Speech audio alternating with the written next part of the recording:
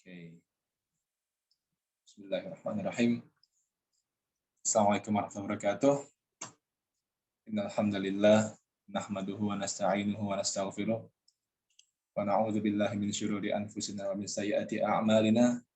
May yahdihillahu fala mudilla lahu wa may yudlil fala hadiyalah. Wa asyhadu an la ilaha illallah wahdahu la syarikalah wa asyhadu anna Muhammadan 'abduhu wa rasuluh. La nabiyya ba'da, amma ba'd. Oke, saya Muhammad Raja Ivan dari kelompok 13. Pada kesempatan kali ini saya akan menyajikan materi saya tentang ijtihad. Materi saya ini terdiri dari pengertian ijtihad dan dalilnya, syarat dan rukun ijtihad, macam-macam ijtihad, dan hukum ijtihad. Oke, pertama kita akan langsung mulai dari pengertian dan definisi dari ijtihad itu sendiri. Ijtihad itu dapat diartikan sebagai usaha sungguh-sungguh yang dilakukan oleh seorang ahli fikih untuk mendapatkan ketetapan hukum dari sesuatu perkara yang tidak dijelaskan dan belum ada dalam Al-Quran maupun hadis. Oke. Adapun dalil tentang ijtihad, ada dua sumber dari Al-Quran dan hadis. Dari Quran ada pada surat An-Nisa ayat 59 dan Al-Hasyr ayat 2. Dalam surat An-Nisa ayat 59 berbunyi, "Hai orang-orang yang beriman, taatilah Allah dan taatilah Rasul dan ulil amri di antara kamu. Kemudian jika kamu berlainan pendapat tentang sesuatu, maka kembalikanlah kepada Allah dan Rasul. Jika kamu benar-benar beriman kepada Allah dan hari kemudian, yang demikian itu lebih utama bagimu dan lebih baik akibatnya." Oke.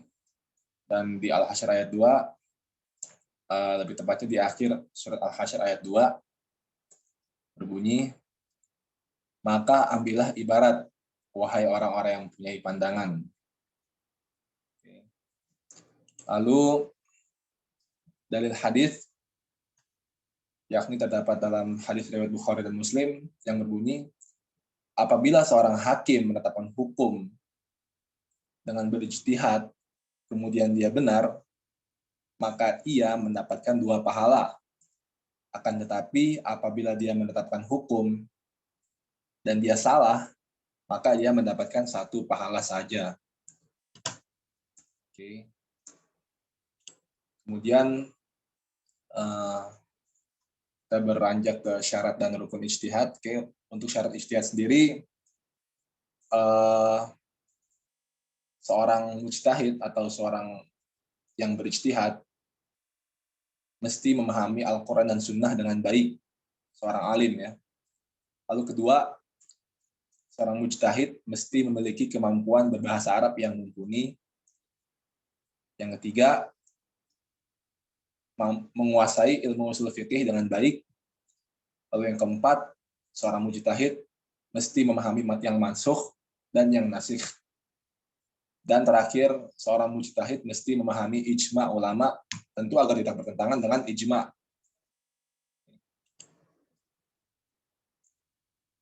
Lalu untuk rukunnya, pertama mesti ada kasus yang terjadi atau akan terjadi yang tidak dijelaskan hukumnya dalam nas. Oke. Lalu kedua, tentu mesti adanya seorang mujtahid atau seseorang yang berijtihad. Lalu keempat, mesti ada mujtahid fil, yakni dari dalil syariah yang sifatnya taklifi. Dan keempat, mesti adanya dalil syara' untuk menentukan hukum bagi mujtahid fil. Oke, selanjutnya macam-macam ijtihad.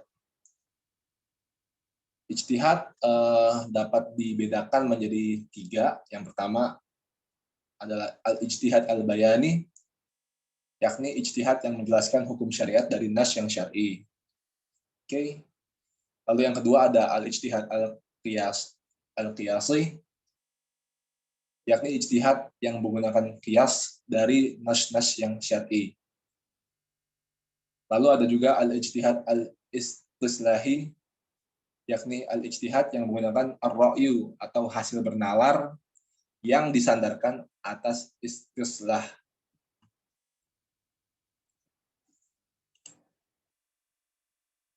Ijtihad juga dapat dibedakan menjadi ijtihad fardhi dan jami'i. Untuk ijtihad jami'i sendiri berarti semua ijtihad dalam suatu perkara yang disepakati oleh semua mujtahidin. Dan ijtihad fardhi berarti setiap ijtihad yang dilakukan oleh perseorangan atau beberapa orang, namun tidak ada keterangan bahwa semua mujtahid lain menyetujuinya dalam suatu perkara.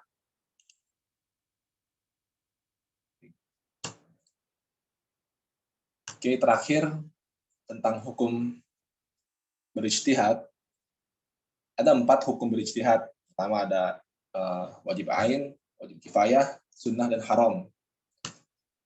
Oke, yang pertama wajib ain. Jika seorang yang ditanya tentang suatu masalah dan masalah itu akan hilang sebelum hukumnya diketahui, atau dia sendiri mengalami suatu peristiwa yang dia sendiri juga ingin mengetahui hukumnya. Oke, itu maka dalam konteks itu maka hukum berijtihad adalah wajib ain. Lalu yang kedua ada wajib kifayah, yakni apabila seseorang ditanya tentang sesuatu dan sesuatu itu tidak hilang sebelum diketahui hukumnya, sedangkan selain dia masih ada mujtahid lain. Dan ketiga, ijtihad dihukumi sunnah terhadap suatu masalah atau peristiwa yang belum terjadi. Dan haram bila ijtihad yang telah ditetapkan secara qat'i bertentangan dengan syara'. Oke, demikianlah materi yang bisa saya presentasikan. Kurang lebihnya mohon maaf. Assalamualaikum warahmatullahi wabarakatuh.